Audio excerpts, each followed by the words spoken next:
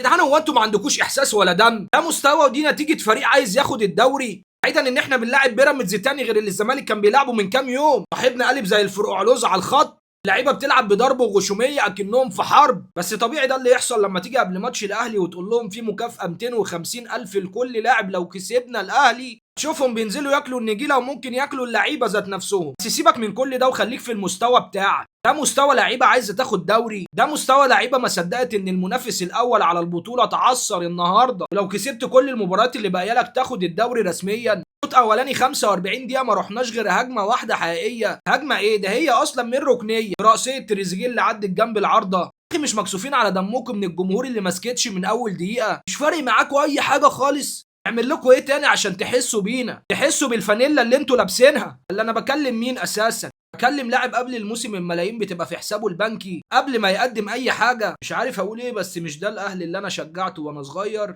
ولا دي لعيبه الاهلي اللي تستاهل استنى كل مباراه عشان اتفرج عليها 90 دقيقه وافضل اشجعها.